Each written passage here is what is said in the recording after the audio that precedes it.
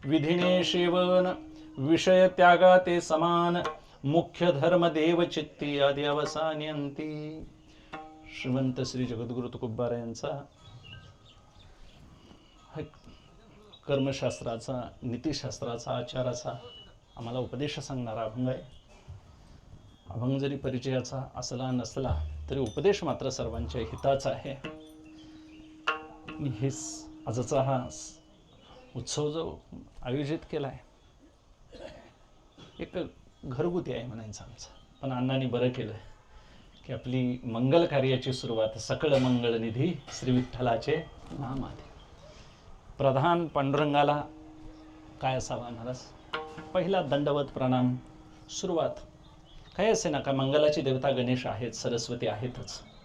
आपलं कार्य त्यांच्या साक्षीनंच सुरू आहे. आमचं धर्मशास्त्रही असं सांगतं, पंचदेवता पूजन सांगितलंय, सगळं सांगितलंय धर्मशास्त्रानं. पण आपण वारकरी आहोत, पांडुरंगाला प्रथम आळवूनच आपली ह्या कार्याची सुरुवात व्हावी अशी त्यांची इच्छा आहे. म्हणून आपुली आहे ताजो असे जागता धन्य माता. एक स्तुती नव्हे महाराज, कलियुगामध्ये असं वाटणं हेही एक पद्धतीचं महाराज भाग्यच आहे म्हणायचं. अखंड चिंतन विठोबाचे, नामस्मरण सदैव, देवाविषयीची पूज्य भावना आणि अशी जागृत ठेवणं ही साधन आहे. आणि त्यानिमित्तानं हा आजचा उत्सव आहे, मंगल कार्याची सुरुवात आहे. आणि मग मुहूर्तमेढ उभा राहिल्यानंतर काय करावं, दुसरं काहीच काम करू नये घरच्या माणसांनी. मुहूर्तमेढ एकदा उभी राहिली की वैरणीला सुद्धा जाऊ, म्हणजे आमची जुनी मंडळी असं सांगतात, काही करू नये घरच्या माणसांनी. 5-6 दिवस आपलं देवकार्य, हळदी सगळी अगदी निवांत करत राहायची. आता काय सगळी कामं पवित्र मुहूर्तावर ठरलेली असतात, मागं पुढं होतील, व्यवस्था मागं पुढं होत असते. आज पावसानं त्यातमध्ये हे केलं, वरुणराजाची साथ आहे म्हणायचं, पाऊस आला, भाग्य आहे. हेतू इतकाच की आम्हाला विधीपूर्वक सगळ्यांची बोलवणी करायची आहे, सगळ्यांना विधी सांभाळायचा आहे. संस्कारातच आम्ही तुम्ही सगळी वाढलेली मंडळी आहोत. आणि हा 16 संस्कारातला एक प्रधान संस्कार आहे लग्न संस्कार. अगदी आमच्या शास्त्रानं गर्भाधान संस्कारापासून सगळे संस्कार सांगितले. त्यातले आता जुजबी उरलेले आहेत. जन्म आमचा हॉस्पिटलमध्ये, लग्न कुठं तरी महाराज पहिली देवाच्या दारात व्हायची. आता ती व्यवस्था उरली नाही, लोकसंख्या वाढली, बरोबर आहे, आता मंगल कार्याला घ्यायला पाहिजे. पण देवाच्या दारात असणं हे एक भाग्याचं लक्षण होतं. करिता वधूवरा पाणी ग्रहण, साक्षी देव द्विज हुताशन. अग्निसाक्षी असावा, देव साक्षी असावा, ब्राह्मण साक्षीला असावा आणि देव द्विज अग्नी आणि हुताशन. अग्नी हुताशनाचंच एक रूप आहे. पण लग्नातला अग्नी एक वेगळा आहे. दक्षिणाग्नी, गार्हपत्य अग्नी, आहवनी त्याला म्हणतात. म्हणजे 3 अग्नी आहेत. त्यातला आम्हाला फक्त लग्नातला एक अग्नी वेगळा आहे. जन्म ज्याला जातक विधान म्हणतात ते एक लग्न आहे. आणि मग अंत्य 3 संस्कार तेवढे आमच्या आता लक्षात राहिले. शेवटचा एक संस्कार आहे दहनविधी संस्कार, उत्तरकारी आमचं. आणि मग या सगळ्या संस्कारापैकी लुप्त होत होत होत आता निदान काही असे ना का, पण सगळ्यांच्या साक्षीनं, सगळ्यांना पाचारून बोलावून, नातेवाईकांना, आप्तेष्ट मंडळीनं सगळ्यांना बोलावून हा सोहळा साजरा करणं म्हणजे एक पद्धतीची एक समाज मान्यता आहे. ह्या गोष्टी चोरून करूच नाहीत असं शास्त्र सांगतं. पण काय सांगावं, आमचा देवच पहिला चोरटा निघाल्यामुळं अडचण आहे. रुक्मिणी मातेचा हरण करून बसला आणि आम्हाला बोलायची अडचण होते. संतांची अडचण आहे मोठी की ते गुणपत्रिका वाचली, सुदेव ब्राह्मणानं दिलेलं सगळं ते गुण देवाचे वाचले आणि रुक्मिणी माता काय झाले महाराज, भुलल्या देवासाठी. आणि मग 100 जन्म घ्यायला लागले तरी हरकत नाही. प्राण सांडशील तत्वता, तरी काय येईल तुझ्या हाता, 1 2 5 7 जन्म शतावरील. मी 100 जन्म घेईन कृष्णा, पण मला ये आणि घेऊन जा म्हणतात त्या. आता हे त्यांची दैवी लीला आहे. त्यामुळं वेगवेगळ्या पद्धतीचे विवाह आले, गांधर्व विवाह आले, पैशाचे विवाह आले, आमचे देवविवाह, अनेक विवाहाच्या पद्धती सांगितल्या. पण शेवटी काय, आम्हाला या कुळाचा त्याग करायचा आहे. मातृपितृकुळाचा त्याग करून महाराज एक व्यक्ती आज आमची दुसरीकडे जाणार आहे. यालाच शास्त्रानं बाद समानाधिकरण असं म्हटलेलं आहे. मुख्य समानाधिकरण म्हणजे आपल्या कुळगोत्राशी असलेलं आपलं सख्य. आणि मग एक दिवस तिला खात्री होती जन्मापासून सगळ्याच मुलींना आमच्या लाडकी लेकमी संतांची, तुकोबारायने महाराज रूपक केलेलं आहे त्यावर.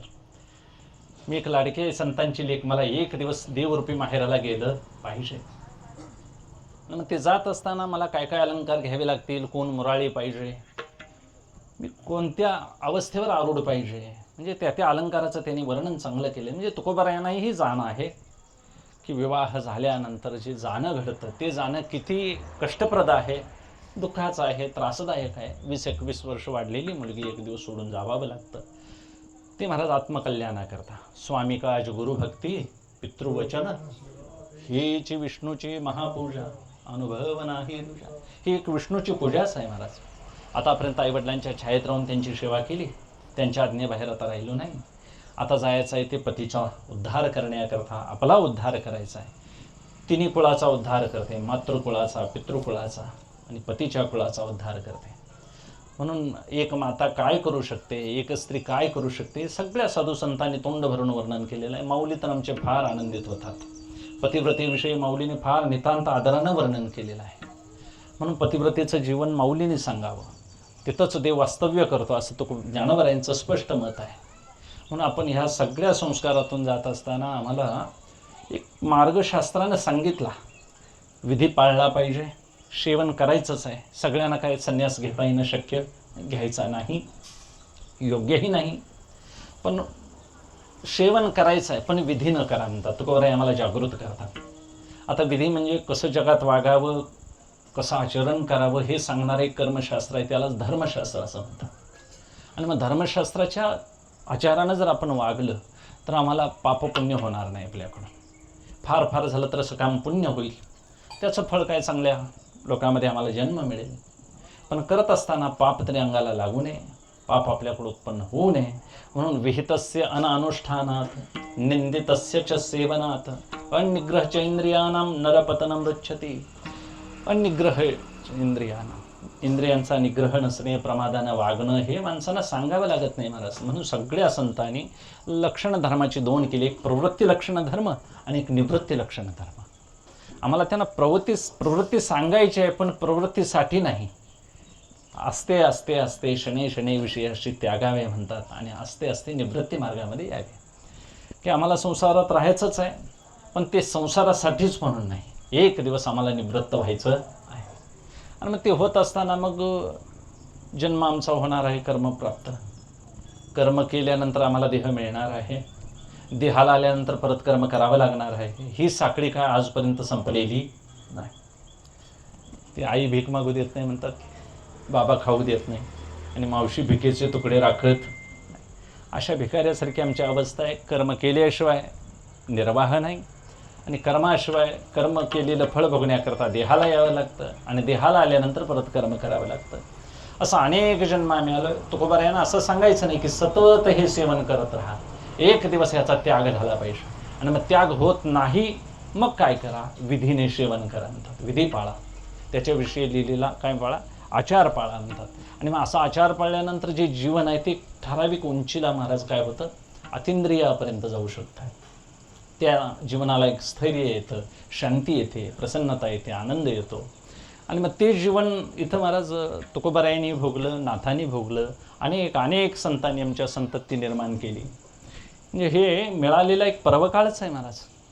लग्न ही संस्था भोगासाठी नाही, धर्म ही जिवंत राहील आणि आपलंही पारलौकिक कल्याण होईल. म्हणून अभ्युदय आणि निःश्रेयस असे दोन मार्ग सांगितले.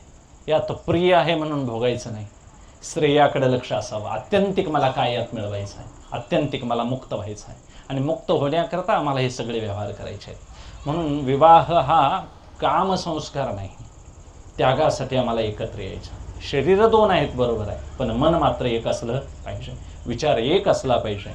आणि म्हणून वासनेवर नियंत्रण व्हावं ह्या हेतूनच वेदेन करिता प्रेरणा विषयावरी सहज वासना स्वभावे सकळ जना सदा जान सर्वासी मांस सेवन मद्यपाना मिथुन भीत मैथुना या अर्थी तीव्र जना सर्व वासना सर्वदा तेत सेव्या सेव्य परवडी हे विवंचना कोण निवडी लागली विषयांची गोडी ती अनर्थ कोडी करतील. नाथबाबा सांगतात हे कोणाला मांसाहार करा हे करा असं कोणाला सांगावं लागत, तिकडं मन आपसुकच वळतं. आणि मग जैशे खालारा धावे पाणी, पाणी सकलाकडे यावं म्हणून काय देवाला पूजा लावावी लागत नाही, काय करावं लागत नाही. मात्र खालून पाणी चढावून न्यायला लागलं की हेड काढायला पाहिजे, वाल्व ठेवायला पाहिजे, किती इंची, केवढी मोटर, किती पाईपलाईन, हे सगळं. आणि मग सहज पडलेलं पाणी खाली येतं. तसं जीवाचं अधःपतन हे ठरलेलंच आहे, कारण विषय बाहेर आहेत, इंद्रिय बाहेर बघणारे आहेत. फक्त डोळे उघडे झाले की बघायला सुरू, कान जागं झाले की ऐकायला सुरू. आता या काय ऐकायचं, काय बघायचं हे ज्यांना कळालेलं आहे त्याच्याकडून प्रमाद होणार नाही.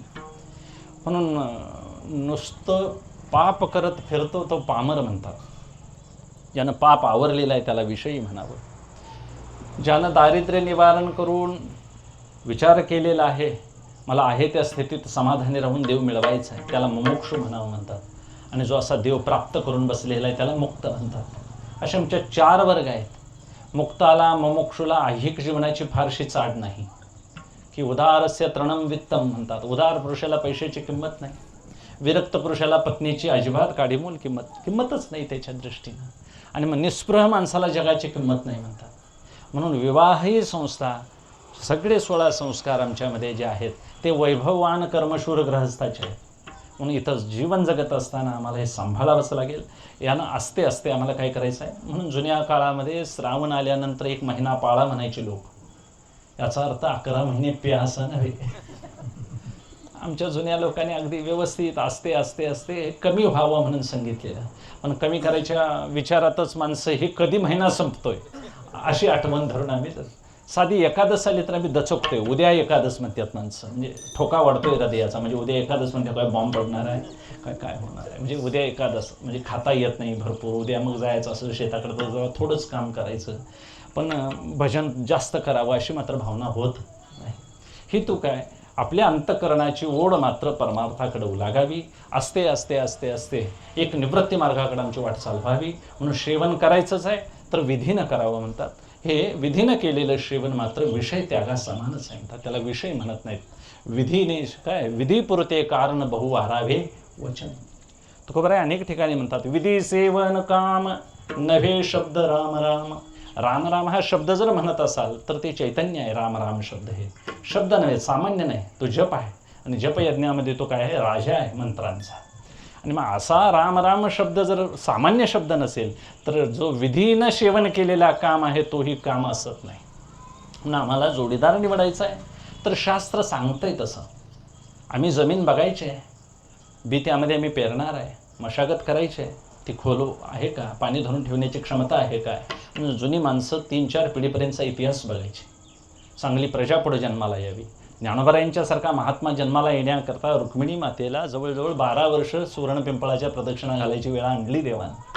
कारण ज्या पोटामध्ये मी जन्माला जाणार ते पोट कसं असलं पाहिजे, जगाला मुक्त करण्याची वाट दाखवण्याकरता आलेले महात्मे आहेत ते. जयाने घातली मुक्तीची गवादी, मेळविली मांदी वैष्णवांची. म्हणून हा संस्कार फार फार विचारांती करावा लागतो. जाणत्या माणसाची पुष्कळ मनोगत व्यक्त घ्यावी लागतात महाराज मतं.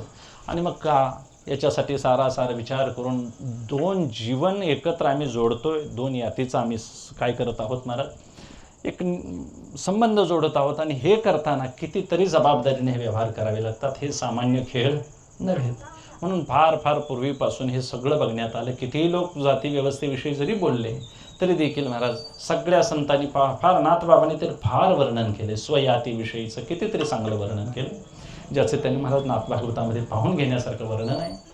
हेतू इतकाच, विधी पाळत असताना आम्हाला काटेकोरपणा येतो, बंदिस्त जीवन येतं. आणि बंदिस्त जीवन हे सहजासहजी माणसाला परवडत नाही. भागवतामध्ये वर्णन आहे, पहिली पृथ्वीतलावरली जोडी मनुराजा आणि शतरूपा. आता ज्या मनुस्मृतीविषयी बोलतात तो मनुराजा इतका आमचा पवित्र आहे, पण आता ते काय बोलावं, लोकांचा एक ग्रह आहे. मनु आणि शतरूपा हे ब्रह्मदेवाचे मानसपुत्र आहेत.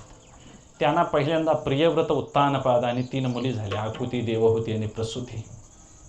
ही 5 मुलं त्यांना पहिल्यांदा झाली.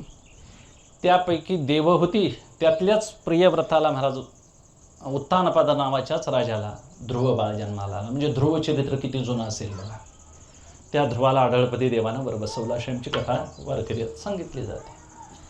त्यात देवहूती नावाची जी कन्या आहे ती कन्या नारद महर्षी म्हणतात, हे मनो तू कर्दम ऋषींना दे. आणि मग कर्दम ऋषी तपस्वी आहेत, बिंदू सरोवराजवळ त्यांचा आश्रम आहे, सिद्धपुराजवळ. कर्दम नित्य इंद्रियांचा निग्रह करून राहतात म्हणून त्यांचं नाव कर्दम आहे. 12 वर्ष साधना केली, तपश्चर्या कठोर केली आतापर्यंत, आणि त्या तपश्चर्येला फळ आलं. साक्षात विष्णू परमात्मा समोर आले आणि मग त्यांनी काय वरदान मागितलं तर मागितलं की मला विवाह करायचा आहे आणि मला स्त्री संग न देता सत्संग द्या. म्हणजे पत्नीच द्या पण स्त्री संग म्हणून नको, संत संग म्हणून द्या. देव म्हणाले अशी पृथ्वीवर तशी पत्नी मिळणं. नारद महर्षीने लगेच पत्ता सांगितला, कारण ते त्या काळात बायोडाटा जुळवायचे चांगले होते. नारदाने लगेच पत्ता सांगितला. म्हणाले कर्दम ऋषींचं जर लग्न करायचं असेल तर मनोराजाची देवहूती नावाची मुलगी आहे. आणि मग त्या काळात महाराज नारदाने आमंत्रण दिलं. त्या काळी मनुराजा, शतरूपा राणी आणि देवहूती कन्या ह्या कर्दम ऋषींच्या आश्रमात आल्या. अजून आमचे लोक एवढे पुढार आलेले नाहीत. म्हणजे वधू कुठाली वराच्या घरामध्ये, आणि हे तिघेजण आल्यानंतर मग तिघांना आसनं टाकतात कर्दम ऋषी, आणि मग तिथं परीक्षा कर्दम ऋषी त्यांचे घेतात. मनुराजा, शतरूपा आतिथ्य झाल्यानंतर बसतात आसनावर. देवहूती मात्र बाजूला उभारते. कर्दम ऋषी विचारतात, हे देवी बस, आसन तुझ्यासाठीच टाकलं आहे. तिनं विचार केला, हे माझे होणारे पती आहेत, त्यांच्यासमोर जर मी आसनावर बसेन तर काय होईल, त्यांच्या अधिकाराचं उल्लंघन केल्यासारखं होईल, म्हणून ती बसत. अनेकदा विचारतात बस म्हणून, नाही म्हणते. मग शेवटी आसनाचा काय होणे, अवमान होणे म्हणून त्या आसनावर आपला उजवा हात ठेवते आणि बाजूला बसते आसनाच्या. ही कथा हे भागवतातली, आता चालत नाही. तसं ऐकायचं का? केवढा महाराज, केवढी मर्यादा सांभाळली असेल, केवढं कठीण व्रत असेल हे. होणारे पती आहेत, अजून ठरलेलं नाही लग्न, पण होणाऱ्या पतीसमोर त्या आसनाचा अवमान व्हायचा नाही, आपणही आसनावर बसायचं नाही, पण उजवा हात ठेवून आसनाचा ग्रहण केलेल्याचाही महाराज त्यांनी मर्यादा मोडली नाही. हे केल्यानंतर कर्दमांना बरं वाटतं. कर्दम म्हणतात, ही पत्नी म्हणून सत्संग मला योग्य आहे, आणि मग लग्न यथास्थित होतं. फक्त देवहूती एवढंच मागते की मला एक मुलगा होईतोपर्यंत तुम्हाला राहायचं असेल तर राहा, पण मला मात्र संतती चांगली जन्माला घालून पितृऋण फेडायचं आहे, देवऋण फेडायचं आहे, ऋषींचं ऋण फेडायचं आहे. कर्दम म्हणतात, मलाही एक मूल होईतोपर्यंत, मुलगा होईतोपर्यंत थांबायचं आहे, आणि शास्त्र सांगते एक पुत्र होईतोपर्यंतच विवाहाची योजना आहे. त्यालाच धर्मज पुत्र म्हणतात. आणि इतर संतती आहे ती कामसंतती म्हणायची. भोगानं निर्माण झालेली संतती ही धार्मिक नसते असं शास्त्र सांगतं. आणि आत्मा वै पुत्र नामासी, आपलाच आत्मा त्या निमित्तानं महाराज एक रूप धारण करून येतो, अशी एक शास्त्राची पद्धत आहे. पण एक मुलगा होईतोपर्यंत त्यांना महाराज पहिल्यांदा 9 कन्याच झाल्या मुली. शास्त्र असं ठरलं, यांचा नियम एक मुलगा झाला पाहिजे. कर्दम ऋषी कंटाळले, म्हणाले आता मला या गृहस्थाश्रमाचा वीट आलाय, म्हणाले मी निघून जातो. नाही म्हणाले, एक मुलगा मला दान पाहिजे, म्हणून मी म्हणाले लग्न केलंय. तुमच्यासारखे जितेंद्रिय ऋषी आहेत. आणि मग ते 9 कन्या त्याही सामान्य नाहीत महाराज, ज्यांची नावं ऐकल्यानंतर अरुंधती आहे, त्यातमध्ये लोपामुद्रा आहे, अनुसूया माता आहे, जिच्या पोटी दत्त भगवान जन्माला आले. ते कोणाच्या पोटाला आले? कर्दमांच्या. हे काही सिनेमातली नावे नाहीत, ही नावे आहेत महाराज तपस्वी अतिशय, ज्यांनी देवाने सुद्धा त्यांच्या सामर्थ्यासमोर झुकावं असं अनुसूया मातेचं तेज होतं. त्यांची लग्न ज्या ऋषींच्या बरोबर केली ते सप्तर्षीतले ऋषी होते. आजही सप्तर्षींचं केवढं सामर्थ्य आहे. आणि मग त्या देवहूतीने 9 कन्या झाल्यानंतर मग निवृत्ती मार्गाचा विचार केला आणि म्हणाले मग एक मुलगा. मग त्यांनी महाराज कपिल महामुनींचा जन्म झाला. कपिल महामुनी ज्यावेळी जन्माला आले, ज्यांनी सांख्यशास्त्र दिलं, ते 10वा म्हणून जन्माला आले. ते भगवान विष्णूच होते साक्षात. सगळ्यांचा उद्धार केला कपिल महामुनीने. आईलाही तत्त्वज्ञान सांगितलं कपिलाने. म्हणजे त्या रूपक चांगलं केलंय त्यांनी. हितू इतकाच की इतकं सुसंबद्ध, आचारबद्ध आणि शिस्तबद्ध गृहस्थी जीवन जगल्यानंतरच महाराज कपिल महामुनीसारखी प्रजा जन्माला येते.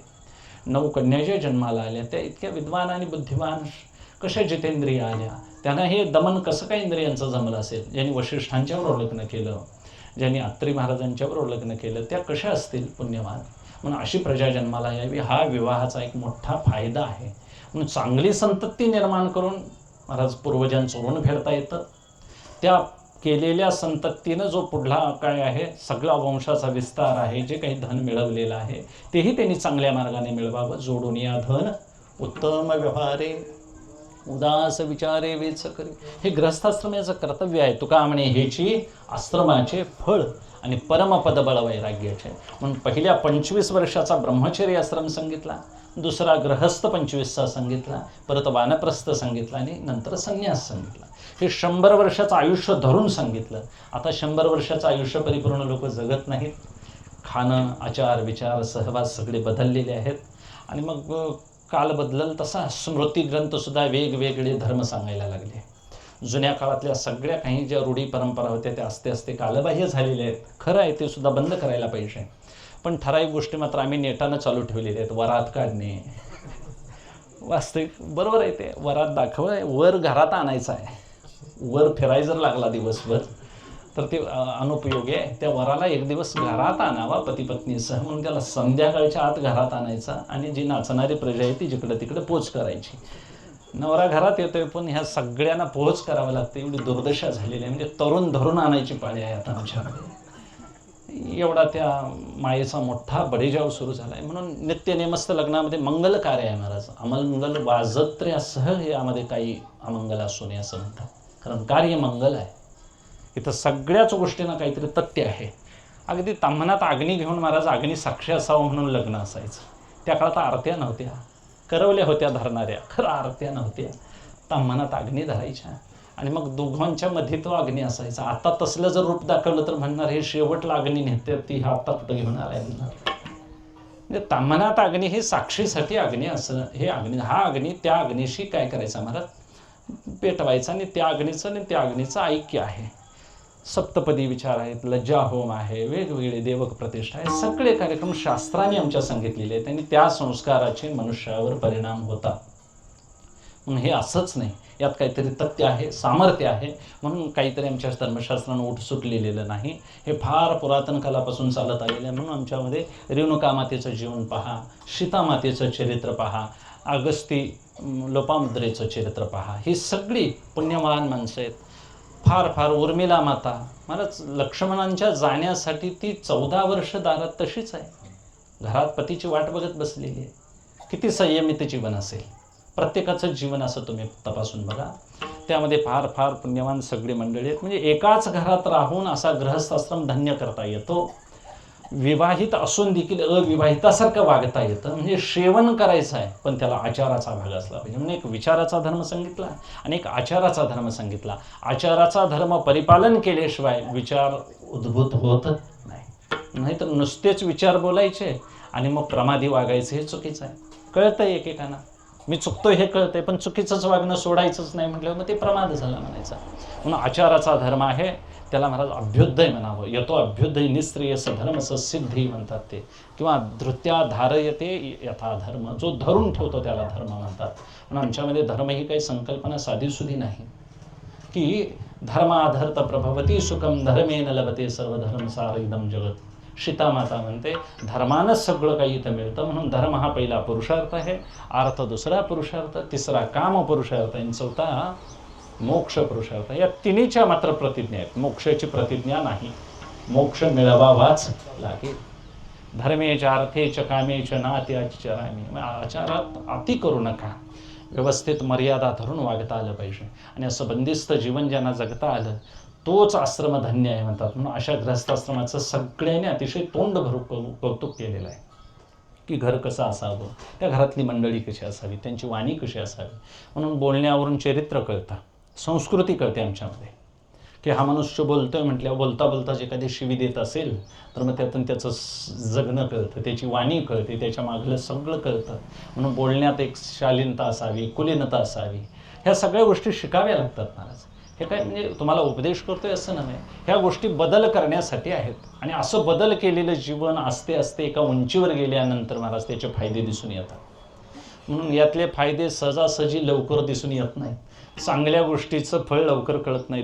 दूध पेलेलीची ताकद लगेच कळत नाही. मग दुसरं काहीतरी प्यालं की मात्र लवकर कळत नाही. ते 5-10 मिनिटातच महाराज. आणि दुधाची ताकद मात्र पैलवानांनाच विचारायला लागलं. हे गावच पैलवानाचं आहे.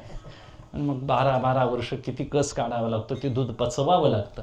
आणि मग हे पचवलेलं दूध शरीराच्या शक्तीच्या बळाच्या निमित्तानं बाहेर पडतं. म्हणून ही चांगल्या धर्माची एक वागण्याची आचाराची मोठी मोठी पद्धत आमच्या शास्त्रानं सांगितलेली आहे. म्हणून आचरता धर्म न राखता जोडे कर्म, की धर्माचं आचरण केलं तर कोणतंही कर्म आम्हाला मात्र निष्काम केलेल्याचं फळ मिळेल. म्हणून धर्माकडे रोख असावा तुकोबाराय म्हणतात. हे सामान्य धर्म म्हणजे अतिसामान्य नाहीत, काहीतरी याला तसंच समजून नाही चालणार. मुख्य धर्म आहे, हे सगळे धर्म सांभाळायचे, पण मुख्य धर्म देव चित्ती आधी अवसानी अंती, की मुख्य धर्म देवाकडे असावा रोख, हा बरोबर आहे. पण ज्या गृहस्थाश्रमावर सगळे आश्रम अवलंबून आहेत ते आश्रम जगायचे कसे? मग संन्यासाश्रम सुद्धा आमच्याच आश्रमावर जगलेला आहे, ब्रह्मचारी सुद्धा आमच्याच दारात येणार आहे. आणि मग संन्यास गृहस्थ वानप्रस्थ काय वनालाच निघून गेलेला आहे. पण तरी देखील काहीतरी त्याला मध्यान्नाला खावावं लागेल. आणि ही अन्न निर्मिती जर गृहस्थाश्रमी करत असेल तर गृहस्थाश्रमावर सगळ्यांची जबाबदारी आहे. म्हणून गृहस्थाश्रमाचं जीवन इतकं सोपं नाही. सानंदम सुदनम सुताश्र सुधिया कांता मृदुभाषिणी सन्मित्रम सुदनम सोयोषितरिती शाज्ञापरा सेवका आतिथ्यम शिवपूजनम प्रतिदिनं मिष्टानं पानं गृहे साधो संगमुपासते ही सततम धन्यो गृहस्थाश्रमा, की ज्या कुळामध्ये गोड बोलणारी मृदू पत्नी आहे, मुलं आहेत, आनंदानं घर भरलेलं आहे, कुणाचाही दुजाभाव नाही, मत्सर नाही, ज्या घरामध्ये भगवान शिवाचं पूजन केलं जातं, अतिथीला आलेल्या गोड बोललं जातं, पाणी दिलं जातं. आणि मग असं घर प्रत्येकाचा आदर्श असं वर्णन केलेलं आहे. मला धन्यो गृहस्थाश्रमा, अशा गृहस्थाश्रमाला धन्य म्हटलेलं आहे. मग आता हे आश्रम तुकोबाराही आचार आश्रमीच होते, गृहस्थाश्रमी होते, नाथबाबाही गृहस्थाश्रमी होते. याने कुठेही आपल्या आचाराची बाजू टाकलेली नाही. तुकोबाराहीने आपल्या मुलींची लग्न केली. ह्या सगळ्या गोष्टी करताना त्यातून त्यांची अलिप्तता दिसून जरी आली तरी देखील त्यांनी विधी मार्ग मात्र सोडलेला नाही. म्हणून विधीनं श्रेवण व्हावं असं तुकोबारायांचं प्रामाणिक मत आहे. ते म्हणतात विधीनं श्रेवण करता करता असते असते निवृत्ती मार्गाकडे आम्ही जाता आलं पाहिजे. कारण किती जरी इथं आम्ही व्यवहार पाळले तरी देखील हे इहलोक आहे. कसं आहे, सोसिला होता सासुरवास बहुतांचा बहुत दिवस बहुकामे पुरविला सोस आता उदास आपुल्या ते. कारण किती जरी झालो तरी सगळे आम्ही पुरुष सासर म्हणून आम्ही इथंच राहायला आलेलो आहे. हा मृत्यूलोक काय आमचं कायमचं राहायचं इथलं हे ठिकाण नव्हे. आम्ही ब्रह्मपुरीचे रहिवासी आहोत. नाथांनी आम्हाला ज्ञानोबाराय सांगतात, बहुता वराडा आलीशी बाळा हसती लोकपरी न संधी चाळा. कित्येक वराडाच्या निमित्तानं तू इकडं आलेली आहेस. ज्ञानोबाराय म्हणतात तुला लोक हसतात, तुझं लग्न नाही पण वराड म्हणून इथं आलीस, ती हितच रतलीस, हितच कितीतरी खर्च काय रमलीस आणि तू परत जायचा तो विचारच केला नाहीस. एक दिवस आम्हाला काय केला पाहिजे, जायचा विचार केला पाहिजे. ज्यांनी हा विचार केला त्यांचं कल्याण झालं. तुकोबाराय त्याचं वर्णन करतात. क्षणभरी आम्ही सोसिले वाईट, क्षणभरी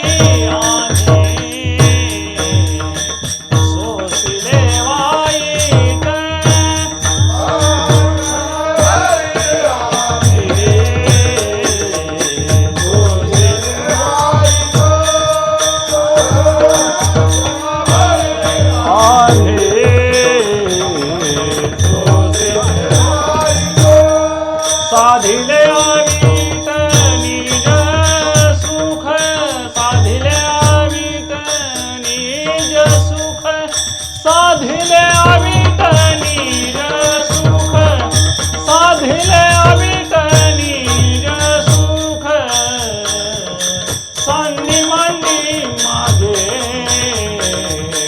केला भरोवरी, सांडी मांडी मागे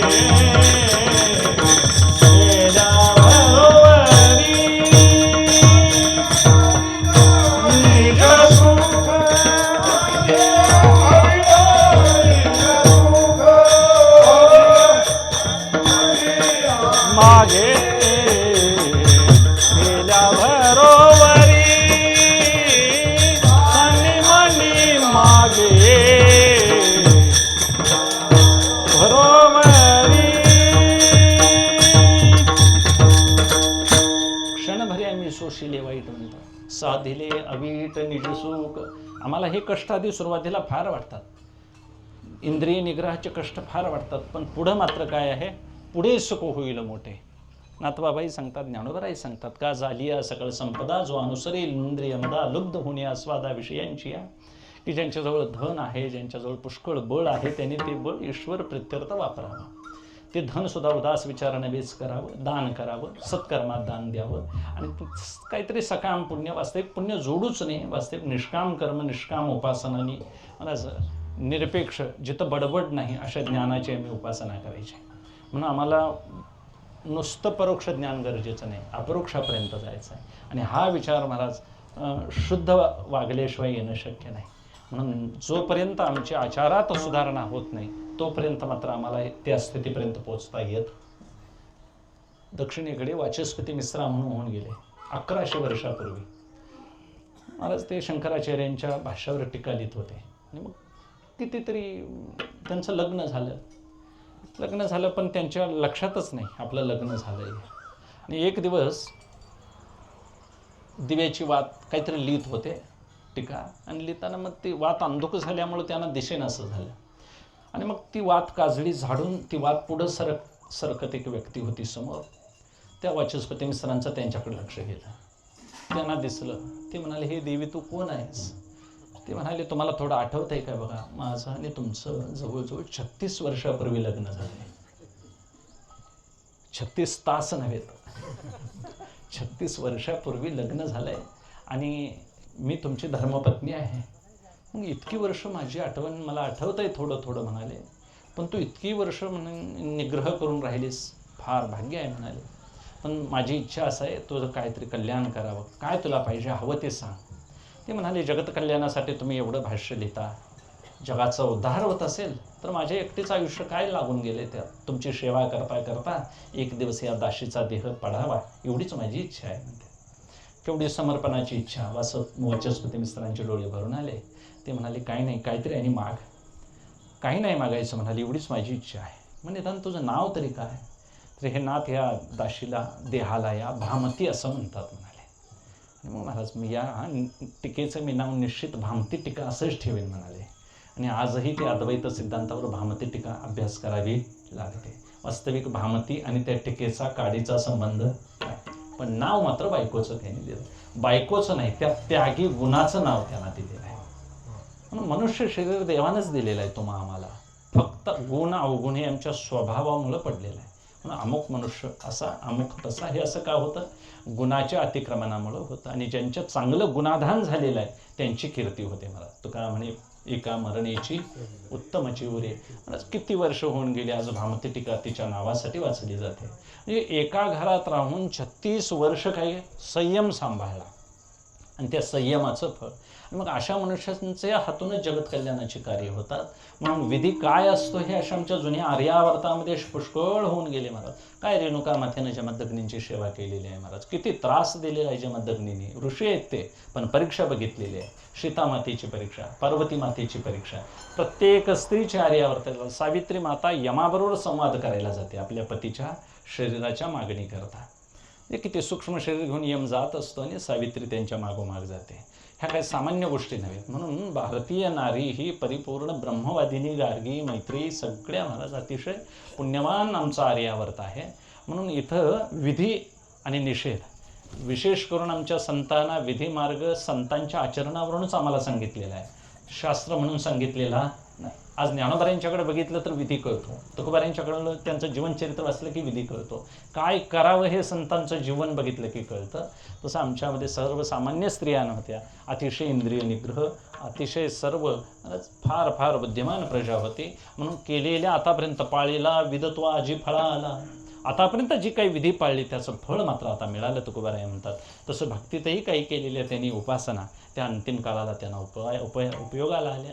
पण आता थोडंसं दुःख वाटेल, क्षणभरी आम्ही सोशिले वाईट, थोडं वाईट वाटेल, पण पुढं मात्र सुख काय होईल, चांगलं आपल्याला फळ भेटेल. आतापर्यंत पुष्कळ असाच आमचं जीवन गेलं म्हणतात. म्हणून हे सेवन करत असताना विधी सांभाळावा लागेल, धर्मशास्त्राला मान दिला पाहिजे. कारण जैमिनी मुनींचं पूर्वमीमांसा शास्त्र असं आहे, ते परिपूर्ण पार पडल्याशिवाय उत्तर मीमांसेत जाता येत नाही. म्हणून धर्ममीमांसा आणि ब्रह्ममीमांसा, पूर्वमीमांसा उत्तरमीमांसा आमच्यामध्ये. पूर्वीचा मीमांसा म्हणजे विचार सगळ्यांनी सांभाळून जर गेलं तर अंतिम बुद्धी चित्तशुद्ध झाल्याशिवाय महाराज पुढं प्रवास होत नाही. म्हणून ही सगळी कर्म आनंदानं, आवडीनं, निष्काम निरपेक्ष भावनेनं सतत सकामता यातून असते असते निघून जावावी म्हणून तुकोबाराय उपदेश करतात. विधीने सेवन विषय त्यागा ते समान. विषय भोगल्यासारखं होत नाही, विषयाचा त्याग समन्वय म्हणतात याला. धड विषय वासनेनंही भोगायचे नाहीत आणि हे नको म्हणून टाकायचे नाहीत. म्हणून त्याला वैराग्य जी भूमिका आहे, अनासक्ती, ती हिथं दिसून येते. म्हणून आमच्या संतांनी आम्हाला गृहस्थाश्रमी माणसांना समन्वयाचा एक मोठा आम्हाला संदेश दिला.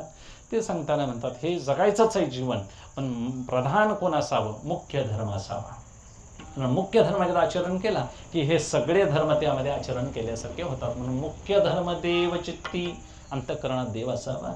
आधी अवसानी अंती, सुरुवातीलाही तो असावा, मध्यावरही अंतःकाळाला, तिन्ही वेळेला त्रिकालदर्शी म्हणा, तिन्ही वेळेलाही देवाचं सदैव चिंतन राहावं. पूर्वीही, आताही, पुढंही असंही म्हणा, तिन्ही काळामध्ये कुठंही देवाचं सदैव चिंतन राहावं. म्हणून विधीपेक्षा देखील विषयत्याग जरी होत असेल तरी देखील देवाकडं लक्ष ठेवून जी भक्ती देवाचा ओलावा नसेल ती टिकत नाही. जे कर्म देवाच्या ओलाव्यानं नसेल ते कर्मही सकाम ठरतं, निष्काम ठरत नाही. म्हणून त्याला देवाचा थोडा थोडा आधार असावा, सगुणाचा. म्हणून तुकोबाराय सांगतात, मुख्य धर्म काय आहे? आम्हाला अपरोक्ष अनुभूतीपर्यंत जायचं आहे, पण सगुणाच्या उपासनेकडे लक्ष त्यांनी वेधलेलं आहे. म्हणून कुणाची उपासना करत असताना हा तो असं करत बसू नये. जे जे भेटे भूत ते ते मानिजे भगवंत. म्हणून प्रत्येकातले दोष बघत बसण्यापेक्षा मला मिळालेली व्यक्ती ही प्रसाद आहे असं समजूनच जगायचं. तिथं तडजोड होत नसते. पूर्वकर्मानं माणसं एकत्र येत असतात, कोण जुळवून जुळत नसतंय. म्हणून असं शहाण्या माणसानं असं समजून घ्यायचं की आता मला ह्या स्वभावाला पटवून घ्यायलाच पाहिजे. आणि स्वभाव पटवून घेता येत नसेल तर मग त्रास होतो. एका राजाला मला प्राणीमात्राची भाषा एका साधूनं शिकवली. साधूनं सांगितलं, ही भाषा जर तू दुसऱ्याला सांगशील तर तू मरण पावशील. आणि एक दिवस राजा राणी जेवत असताना एका मुंगीनं राणीच्या ताटातलं शीत आणून राजाच्या ताटात टाकलं. हे राजाला ओळखलं आणि मग ती मुंगी त्या दुसऱ्या मुंगीला सांगते, हे असं करणं बरं नाही. स्त्रीच्या ताटातलं पुरुषाच्या ताटात टाकणं हे अधोगतीला जाणारा मार्ग आहे, चुकीचा आहे. आणि असं नका उष्ट घालू नये एकमेकाच्या ताटात. ती मुंगी बोलते. हे कोणाला कळतं? राजाला कळतं. डोंगरे महाराजांनी दृष्टांत दिलेला आहे. आणि मग ती राजा हसतो मुंगींचं बोलणं ऐकून, कारण हे सामान्य जीव आहे आणि काय त्यांना विधिनिषेध कळतोय. आणि मग राजा हसल्यानंतर राणी म्हणते, हसण्याचं कारण फक्त मला सांगा.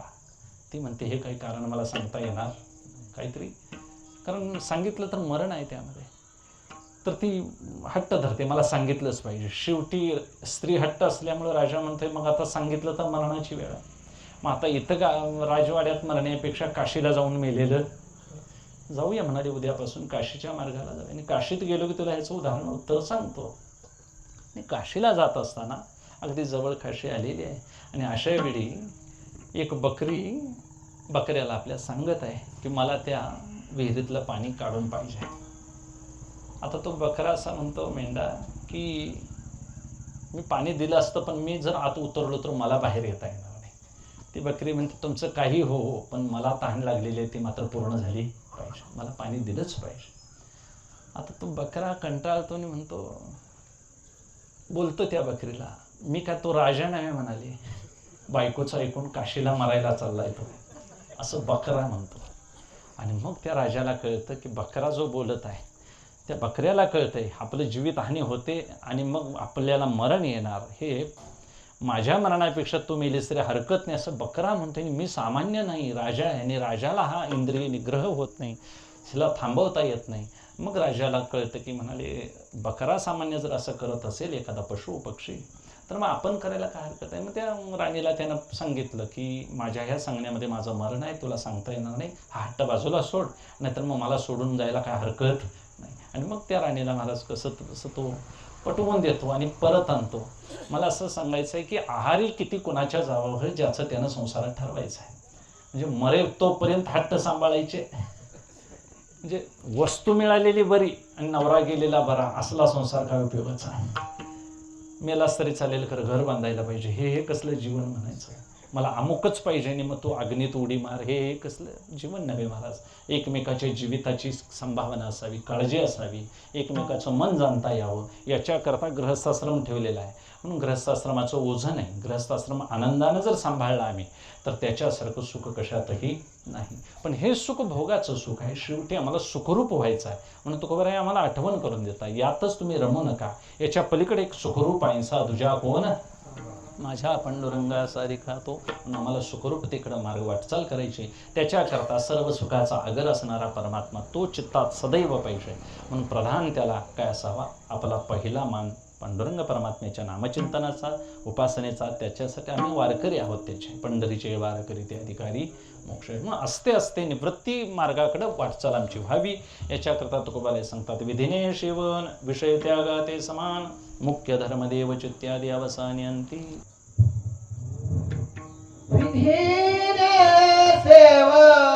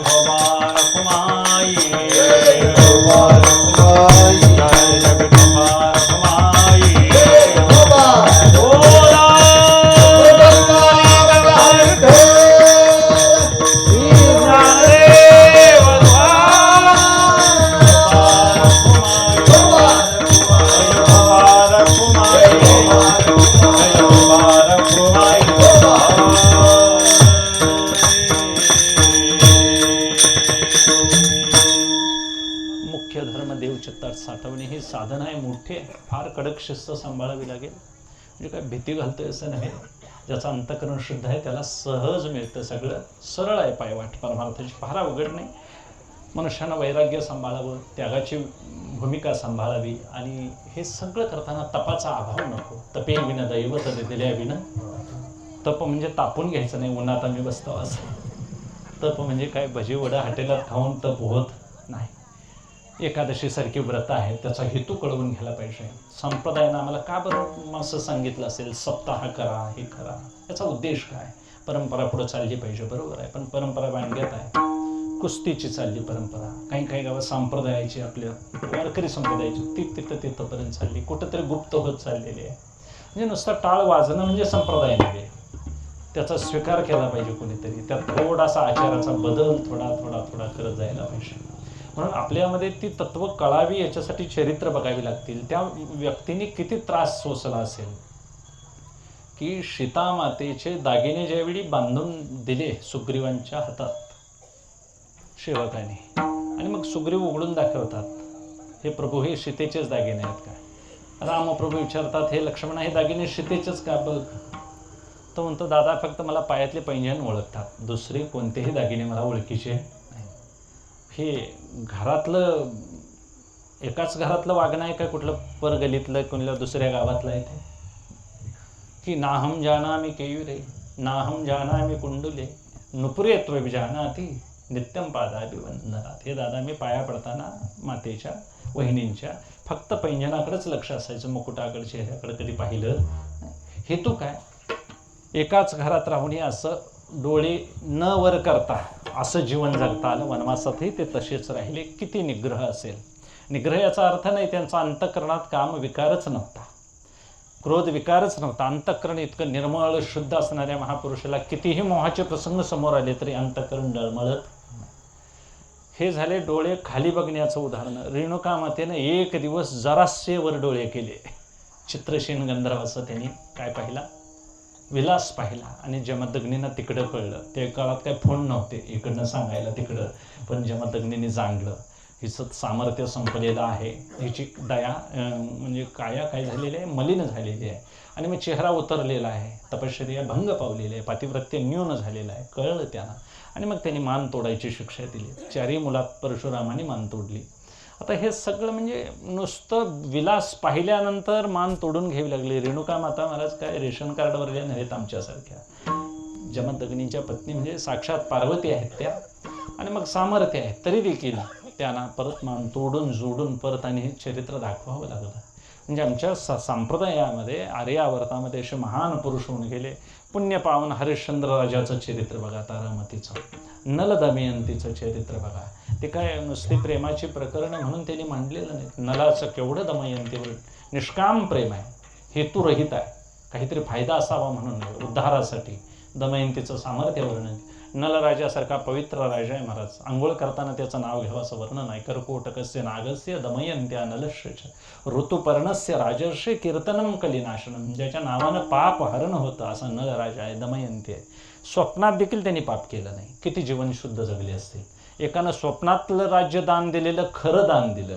आम्ही स्वप्नात खरं बोलत नाही. केवढा मोठा फरक. आणि स्वप्नात राज्य, स्वप्नच मुळात खोटं आहे महाराज, पण तरी देखील हरिश्चंद्राने ते पाळलं. म्हणून त्यांचं आज सत्यवादी हरिश्चंद्र नाव निघतं. रामप्रभूंचं एक पत्नी एक वचनी. शूर्पणखा नटून थटून आल्या नाही महाराज, लक्ष्मणाने त्याग केला. आमच्या अर्जुन भगवंताचे सखे महाराज इंद्राच्या पत्नीजवळ शची म्हणते, अर्जुनाला मला मोह झालेला आहे. ते म्हणते मी इंद्रपुत्र आहे आणि तू माझी माता आहेस, आणि हे चुकीचं आहे कर्म म्हणाले, मला क्षमा कर माते. त्यावेळी ती शची महाराज इंद्राने शाप देते, तू नपुंसक होशील. आणि तो वर्षभराचा नपुंसक झालेला शाप महाराज बृहन्नळीच्या रूपानं अर्जुनानं भोगला, पण त्यानं अतिरेक केला नाही.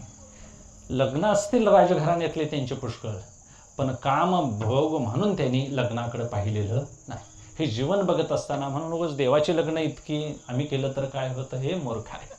हे विचारच देवाबरोबर आपलं कधीही महाराज जुळवून घेऊन एक देव करशील तरी नव्हे, काहीही करू शकतो महाराज. तो झाडं एकाच्या दारात लावते आणि फुलं एकाच्या दारात पडतोय, ते आम्हाला तसं घडणं शक्य नाही. आम्ही आमचंच लावलंय तर आमच्याच दारात पडू दे म्हणणार, तसं नाही. तो करेल तर काहीही होऊ शकतं. म्हणून देवाचं चरित्र बघत असताना देवाच्या चरित्रामध्ये महाराज मानवी जीवनाला विकास होईल असं चरित्र नाही ते. म्हणून संतांचं जीवनचरित्र आम्ही बघितलं पाहिजे. सगळे विधीनं सेवन केलेलं जे सामर्थ्य आहे ते फार बलवान आहे. ज्ञानोबरायांनी विधी पाळलेला आहे. अगदी शुद्धीपत्रात देखील ते म्हणतात, पैठणला जावावं लागेल, शुद्धीपत्र मागून आणलं. निवृत्तनाथ दादा म्हणतात नाही, मागायचं नाही. मुक्ताई म्हणते गरज नाही आम्हाला. सोपान काका म्हणतात नाही, लोकसंग्रह म्हणून आम्हाला हे करावं लागेल. पुढे लोकांनी कसं जगायचं, आम्ही आत्मस्थिती राहूनही तरी प्रजा हे कैसेनी निस्तरेल. प्रजेला काय सांगायचं आम्ही, म्हणून प्रजेचं समाजाचं हित त्यांनी बघितलेलं आहे. कसंही तेही वागलेले नाहीत महाराज. म्हणून हेतू इतकाच की कन्यादान हा प्रसंग फार भाग्याचा आहे महाराज. अण्णांच्या निमित्तानं हे आज होत आहे. सालंकृत कन्यादान पृथ्वीदानाच्या समान. ऐका जेने विकिली कन्या, त्याचं वर्णन केलं आहे तुकोबारायाने तरी 10-15 अभंग घातलेले आहेत. हाती होण दावी ते बेना करते लेकींची धारणा, मुली विकतात पैशासाठी महाराज. आणि मग अशी लग्न त्यांचं पैसे घ्यायचं आणि मग आपण त्याच्यावर, हे शक्य आहे. किती वाईट वाईट नरकाला त्याच्यापेक्षा अधोगतीची उदाहरणं तुकोबाराय वर्णन करतात. आणि एक कन्या अलंकारासहित महाराज सत्पात्र अशा वराला जर आपण दिली, देव द्विज होताश नागरी साक्षी लोकांच्या संमतीनं आपतेष्ट नातेवाईक सगळ्यांच्या साक्षीनं, म्हणून अक्षता चुकवू नये महाराज. काय होतंय तांदूळ टाकून म्हणतात माणसं वेळान कसा, म्हणून आमच्यात वेळ चुकली तरी शेस भरायची पद्धत आहे. आल्यानंतर तर त्यानं काय करायचे तांदूळ, पण अक्षता पडाव्यात. पुण्यवान माणसाच्या हातातून डोक्यावर 4 अक्षताचे दाणे पडावेत. फार फार पण म्हणून साक्षी भावनेनं लग्नाला जायचं. कुणाचंही लग्न अगदी वैऱ्याचं असू दे, तिथं चौकशी करायला जायचं नाही. जेवण सपलंय काय, इकडनं पाऊस यायला पाहिजे, चवडं वाटोळं व्हायला पाहिजे, असलेलं जेवण ह्याने टाकलं म्हणून गावाला सांगायचं, असलं काही करायला जायचं नाही. साक्षी म्हणून आपण एवढंच लक्षात ठेवायचं, काय असेल ते पाकिट द्या, अगर न द्या, तिथली वस्तू उचलून आणा एक वेळ. खरं तांदूळ टाकायचं चुकवायचं नाही. मंगल प्रसंग आहे महाराज त्यांच्या जीवनातला. आणि मग आपल्या महाराज सुग्रीवांच्या मस्तकावर पतिव्रता सरमा, आपल्या बिभीषणांची पत्नी, सुग्रीवांना मुठीत धरलं कुंभकर्णानं. आणि रामायण कालामध्ये युद्धाचा मोठा विजयाचा प्रसंग आहे. कुंभकर्ण ज्यावेळी लंकेत प्रवेश केला, सुग्रीव मुठीतच आहेत त्यांच्या. बलवान आहे सुग्रीव, वाली बंधू आहे त्याचा. आणि अंगदांचं महाराज चुलते आहेत ते. इतकं सामर्थ्य असताना सुग्रीव सोडवायचा प्रयत्न करतो, सुटत नाही. आणि मग कुंभकर्ण गलीतून जात असताना सगळीकडून वरून त्यांच्यावर अक्षता टाकतात, कोण फुलं टाकतात. आणि माडीवरून बिभीषणांची पत्नी सरमा ती काय करते, 4 दाणे आपल्या हातानं टाकते आणि ते नेमके सुग्रीवांच्या मस्तकावरच पडतात महाराज. आणि काय त्या तांदळात शक्ती पतिव्रतेच्या हातातून आलेल्या, एवढं बळ येतं सुग्रीवांना. ही लीला असेल देवाची म्हणा. ती हाताची मिठी सोडून सुग्रीव महाराज ते उड्डाण मारतात, ते कुंभकर्णाचा कानच चावतात आणि कानच घेऊन जातात. कुठं वर्णन आहे, भावार्थ रामायणातही वर्णन आहे. म्हणजे एका पतिव्रतेच्या हातातून पडलेल्या 4 दाण्यातून सुग्रीवासारख्या महापुरुषाची सुटका होते. आमची सुटका होणार नाही. किती बलवान आहे. किष्किंधेला स्वतंत्र राज्य त्या काळात असणारा सुग्रीव त्या राज्याचा मालक आहे. सामान्य मानलं नव्हेत ते, असं कोण म्हणत असेल तर. मारुती ज्यांचे पिये आहेत, सचिव, तो सुग्रीव केवढा बलवान असेल. आणि मग एवढं सामर्थ्यवान साम्राज्य ज्यांचं आहे ते महापुरुष जर सुटू शकतात, तर म्हणून औक्षण घेत असताना, कुणाचं वळून घेत असताना मला अनुमान करू नये. हां, नको म्हणावं हे बरोबर आहे, पण एखादं वळत असेल तर त्याची थट्टा उडवू नये. हेतू इतकाच. धर्मशास्त्रानं आमच्या फार फार चांगल्या रूढी आम्हाला सांगितलेल्या आहेत. परंपरा म्हणून त्या करत राहायच्या, जमल्या तर मोडायच्या नाहीत. ह्या सगळ्या गोष्टी आम्ही करत करत एक दिवस मुख्य धर्माकडे प्रवास करायचा आहे. हे करायचंच आहे, नाही असं नाही. पण फार बहु आरावे वचन, फार विधिनिषेधाच्या डोहात पडायचं नाही. जमतोय तेवढा विधी पाळायचा. त्याच्या पलीकडे आता घडत नसेल तर महाराज हरये नमः, हरये नमः. महाराज पुरोहित सुद्धा म्हणतो 3 वेळा हरये नमः. सगळं झालं, सगळ्या गोष्टी नाही मिळाल्या तरी शेवटी अक्षता काय करतात, टाकतात, आणि त्याची पूर्तता झाली असं मान्य करतात. तसं सगळे धर्म हे गौण आहेत. मग शेवटी कुठं, देवासमोर.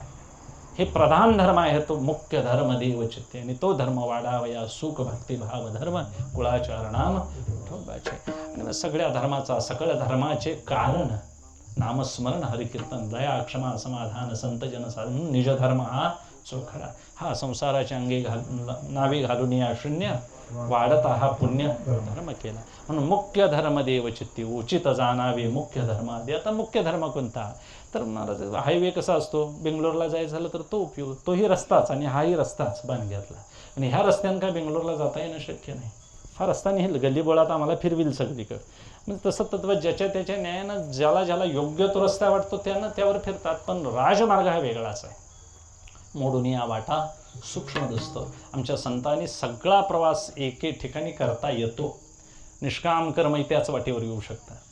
महाराज अनुभवाचा असलेला ज्ञान मार्ग, ज्ञान गिळूनी गावा गोविंद, तोही त्या वाटेवर येऊ शकतो. म्हणजे अज्ञान कालात भक्ती करणाराही त्याच वाटेवर येऊ शकतो. ज्ञानी पुरुषही तशीच भक्ती करू शकतो. लावणी मृदंग श्रुती टाळ घोष.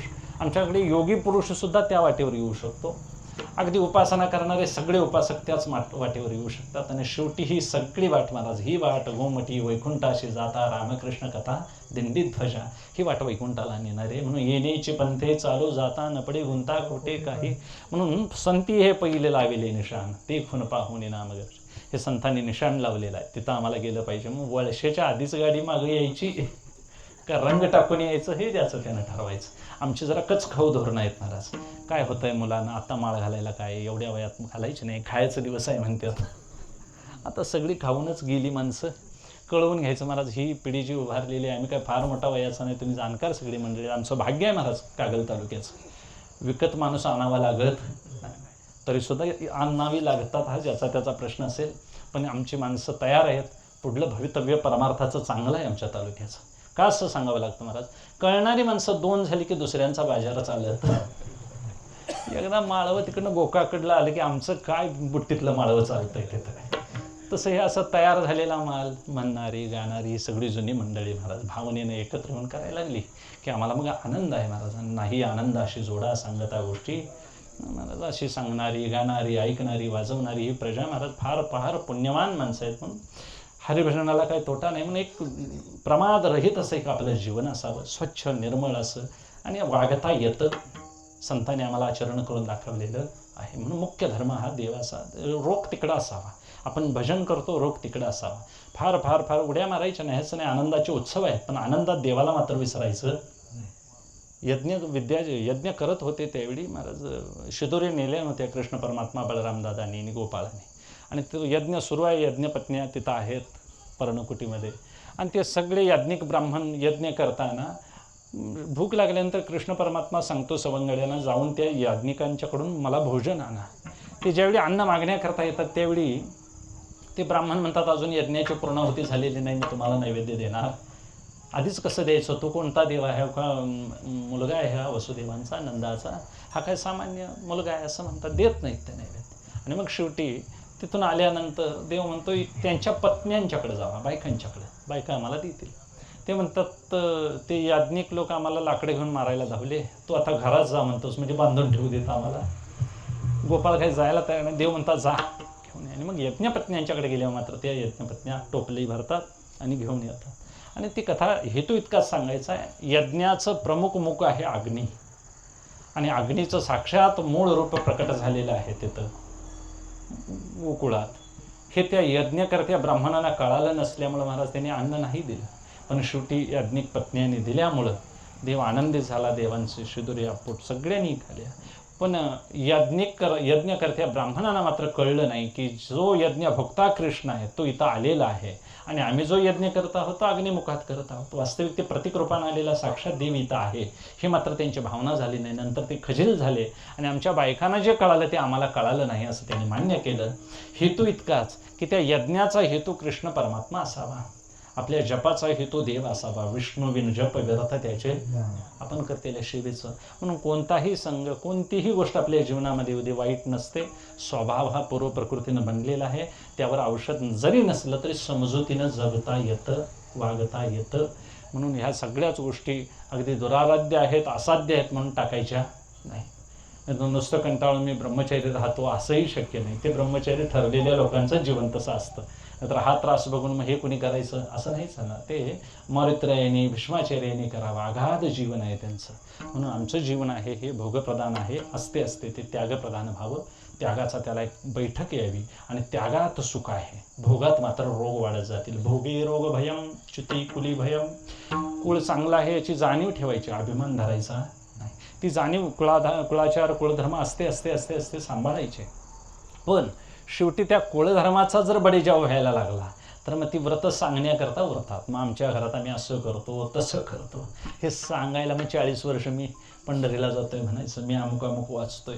त्या वाचण्यातून काय आपल्याला मिळालं, काय फळ आहे हे कळाल्यानंतर मग जो थोडासा बदल होईल ते 4 पावलं टाकल्यासारखं होईल. म्हणून संतांचं जीवन एक आचाराचं आहे आणि एक विचाराचं आहे. विचारप्रधान संतांना परमार्थ आवडतो, म्हणून ते सांगतात मुख्य धर्म देव चित्ती. मुख्य धर्म देव असावा, आधी अवसानी अंती. आणि यामध्ये जर कोणाला अविश्वास वाटत असेल तर बहु अतिशय खोटा तर्के होती बहुवाटा. अविश्वासी मनुष्याचं चित्त असं जर पांगलं तर मग तो देवावरही विश्वास ठेवत नाही, संतावरही विश्वास ठेवत नाही. म्हणून तो विश्वास एकदा जर त्या परमार्थ मार्गातला उडाला तर मग देवाची कृपा होणार नाही. म्हणून आहे तो भाव टिकावा, तुका म्हणे भावे कृपा करी जेते देवी. म्हणून भाविक मनुष्याचा उद्धार ठरलेला. असं का म्हणतात तर भाव म्हणजे शुद्ध प्रेम देवाकरता. आपण जे काही व्यक्त करता मग काही देत असेल त्या नुसत्या गोष्टी काय असतात महाराज, प्रतीक म्हणून असतात. देवाला फुल हे नुसतं द्यायचं मध्य साधन आहे, ते उपहार म्हणून आहे. त्याच्या माध्यमातून आम्हाला देवाला प्रेम व्यक्त करायचं आहे. वास्तविक तो प्रेम पाहतो, त्याच्याजवळ वस्तूची कमतरता नाही, त्याच्याजवळ व्यक्तींची कमतरता नाही. म्हणून उद्धवांच्यासाठी, अर्जुनांच्यासाठी, मारुतीरायांच्यासाठी विशेष विशेष वेगवेगळं असं वर्णन का वर्णन केलेलं आहे. उद्धवाचंही प्रेम देवावरच होतं, मारुतीरायांचंही देवावरच प्रेम होतं. पण ते किती एकनिष्ठ, त्यांच्या प्रेमाची जात कशी कशी होती हे देवाने तपासलेले. शबरीचंही प्रेमच होतं, मीराबाईंचंही प्रेमच होतं. केवढा मोठा त्याग होता त्या प्रेमाच्या मागं. म्हणून निष्काम वृत्तीनं देवावर केलेलं प्रेम आहे, काहीही इच्छा नाही. म्हणून गवळणींच्या पेक्षा सुद्धा त्यांच्या प्रेमाचं वर्णन फार मोठं बाहेरनं वर्णन केलेलं आहे. मीराबाईंचं जीवनच कृष्णमय झालेलं आहे. हा चिने माता न फिरे माघारी बैसले शेजारे घररिगी झाले पट्टराणी बळे. मला हे सगळं त्याग करावा लागला, त्यावेळी ती पट्टराणी मी झालो म्हणतात. म्हणजे अशा एका उंच जीवनावर जाता येतं जिथं स्वतंत्रता आहे, परतंत्रता नाही. आता पावेन सकळ सुखे खादले कदा तेन देखे अवघे सरले पारके सकळ देके माहीर. माहेरात स्वतंत्रता असते. मुलीनं कवाई यावं, कितीलाही उठावं, कुठेही पर्स घेऊन फिरायला जावं. सासरात मात्र तसं चालत नाही. तिला बरं नसलं, तब्येत ठीक नसली तरी वेळेतच उठावं लागेल. आणि मग एवढा सगळा जाच सहन करून ते जीवन महाराज बलवान करायचं आणि तिथं आपली स्वतःची सामर्थ्य, आपली जागा निर्माण करायचं. आणि मग सगळ्यांनी शेवटी म्हणायचं, नवीन आलेली सून आहे त्यावेळी सगळे शिकवत असतात आणि मग 10-12 वर्ष अशी निघून जातात. तोपर्यंत संयम राखायला पाहिजे. गेल्या गेल्या दिवशी तिजोरीच्या किल्ल्या मिळणार, मागायच्या भानगडीत पडायच्या, भांडणच होणार, मग दुसऱ्या दिवशी घरला, मग असं होणार. त्याच्यापेक्षा 10-12 वर्ष निष्काम भावनेनं कुणाचा रुपया न उचलता, कशाला हात न लावता प्रामाणिक वागावं लागेल. आणि मग लोक सगळीच येऊन मग तुमच्याकडं, वहिनी हे ठेवा, ताई हे ठेवा, अक्का हे ठेव, माई हे ठेव, असं करतील. मग शेवटी पहिल्या दिवशी गेलेली सून आहे ती सगळ्या घराची मालकीण होईल. असते असते ती काही काळानं सासू होईल. म्हणून प्रत्येक स्त्रीला हे वेगवेगळे रोल करावे लागतील. सून व्हावी लागेल, सासू व्हावं लागेल, एखाद्या दिवस आई व्हावं लागेल, एखादा दिवस महाराज गोरगरिबांचा सांभाळ करण्याकरता थोडंसं दातृत्व सांभाळावं लागेल. काही गोष्टी घरच्यांच्याच पण महाराज शांत करून प्रत्येकाला समजावून सांगाव्या लागतील. म्हणून आईची भूमिका फार फार मोठी सांभाळायची आहे. नुसती अनंत काळाची माता आहे, स्त्री ही एक काळाची पत्नी आहे असं म्हणतात. म्हणून तिच्याकडे बघत असताना नुसतं पत्नी म्हणून बघू नये. लिकुराचे हित वाहे माऊलीचे, हे द्रौपदीचं चरित्र बघा तुम्ही, कुंती मातेचं जीवनचरित्र बघा, फार फार जीवनचरित्र पवित्र आहेत आपल्यामध्ये. म्हणून ह्या विवाह संस्थेच्या माध्यमातून बघायला गेलं तर आमचं जीवन हे असं पवित्र एका उंचीवर जावावं की आमच्या दारात एक दिवस गृहस्थाश्रमाचे महाराज देव आले दारात, ब्रह्मा विष्णू आणि महेश अनुसूया मातेच्या दारामध्ये, की आमची काय परत द्या. लक्ष्मी माता आल्या, सरस्वती आल्या, सावित्री आल्या, आमचे पती आम्हाला परत द्या. ज्यांच्या दारात तिन्ही शक्ती येतात, 3 देव येतात, तो गृहस्थाश्रम किती पवित्र असेल आणि पूज्य असेल. म्हणून गृहस्थाश्रम हा सामान्य नाही, अत्यंत सामर्थ्य आहे गृहस्थाश्रमामध्ये. म्हणून त्या गृहस्थाश्रमाचं जीवन असं मर्यादित असावं. सूर्योदयापूर्वी आंघोळ, घराच्या दारात सडा, रांगोळी, हे सगळ्या गोष्टी सांभाळायच्या आहेत मला. आणि ह्या सांभाळलेल्याचं फळ अंतकाळाला मिळेल. आता सहजासहजी ते दाखवता येणं शक्य नाही. म्हणून सहजाची रांगोळ्या हे वगैरे करत राहावं. देवघर स्वतंत्र असावं, पवित्र वागणं असावं, बोलणं मधुर मितभाष्य असावं, मोजकंच तेवढं बोलावं, घरात शिव्या शाप दंगा देऊ नये, फार फार अनायासे कष्ट होईल असं कुणाला काहीच त्रास करू नये. ह्या गोष्टी सांगाव्या लागतात मला. आमची माणसं मागं घ्यायला तयार. आवाजवी बोलणं भरपूर आहे आमच्या लोकांचं, अरेरावी फार आहे, अहंकार कोणच मागं घ्यायला तयार नाही. आणि मग चांगल्या गोष्टी एकाच माणसानं घरात करून चालत नाही, त्या व्यक्तीला मग त्रास होतो. मग सगळ्यांना तो सांगत बसतो, मग सांगणारा मनुष्य मग वाईट ठरतो. त्याच्यापेक्षा कळणाऱ्या मनुष्याने सगळ्या गोष्टी करत करत करत राहायच्या. आणि एकाचा आचरणाचा कित्ता पुढं मग सगळे गिरवतात आणि सगळं घर त्या पायावर महाराज. म्हणून एखादाच कोणतरी करता पुरुष घरात निघतो, तोच घर बांधतो, तोच विहीर खणतो, तोच कुठंतरी रान घेतो आणि मग त्याच्यावर ही प्रजा सगळी जगते. याचा अर्थ प्रत्येकाने एक एक पाऊल त्या पावलावर टाकून असते जायचा प्रयत्न केला पाहिजे. नको त्या गोष्टींचा त्याग झाला पाहिजे जीवनातून. मद्यमांस सेवन ह्या सगळ्या गोष्टी सुटल्या पाहिजेत. कोंबड्या पाळणं, शेळ्या पाळणं. कोंबड्या असेल त्याच्या दारात रांगोळी घालायचीच गरज नाही म्हणायची पाळ्या. काय आता बोलायचं. कुणाचं उन्हात घातलं तर महाराज मात्र सगळं घरचं मात्र. कसं कुठं जायचं, कुठं पाय ठेवायचं हेच कळत नाही नेमकं. म्हणून शहाण्या मनुष्याने हे काही दुर्गुण आहेत ते टाकावेत. सगळ्यांची सेवा करत करत गृहस्थाश्रमानं प्रत्येकाला शांत करत राहावं. घरात आलेल्या माणसाला पेलाभर पाणी तरी द्यायची तयारी पाहिजे. आलेला माणूस फिरून आलेला असतो, शांत होतं आहे महाराज अंतःकरण त्याला. आणि जीव शांत झाला की मग काय असतं, सगळ्या गोष्टी रागद्वेषाच्या विसरतो. म्हणून पुष्कळ काही आचरणावर आहे. आणि मग असं बहु आचरण आहे. तुकोबाराय सांगतात, आचरणे खोटी केली सलता ती पोटी. पुष्कळ खोटी आचरणं आतापर्यंत केलं ते आता आम्हाला सलतात. वेळ चांगली होती पण आम्ही चुकीचं वागलो आहे. तुकोबारायांचं वचन आहे. तसं शहाण्या मनुष्यानं ही वेळ यायला लागू नये. आपले भाग्यानं महाराज हे सगळे जुळत असतात. लग्न वगैरे ह्या गोष्टी ठरलेल्या आहेत. दशरथ राजाचं आणि कौशल्याचं लग्न बेटावर लावलं नारदानी. रावणानं पुष्कळ प्रयत्न केले मोडायचे, मोडता आलं नाही. प्रत्येकाचं लग्न म्हणजे जुळणे, एकत्र येणं. जन्मकाळाला जो तुमची वेळ आहे त्या वेळेलाच लग्न असा शब्द आहे. म्हणजे तुमची जातक वेळ आहे ती विवाह एकत्र येण्यासाठी आहे. आणि मग आमच्यात सामान्य भाषेत लगीन असं म्हणतोय आम्ही. काय असे ना का, पण दोन जीव एकत्र येऊन सुखानं पुढं संसार करणार आहेत. आनंदानं सगळ्यांनी शुभाशीर्वाद देऊन प्रत्येक जीवन भावी जीवन असं उज्ज्वल व्हावं महाराज. असते असते या मार्गातून बाहेर पडावं. सत्संग व्हावा.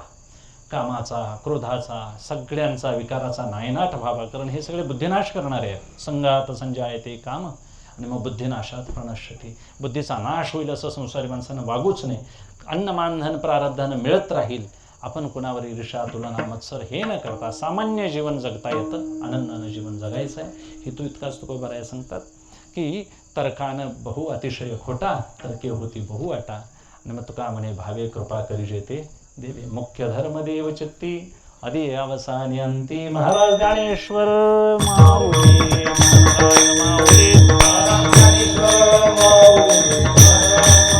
महाराज ज्ञानेश्वर माऊली, महाराज माऊली. बोला कुंडली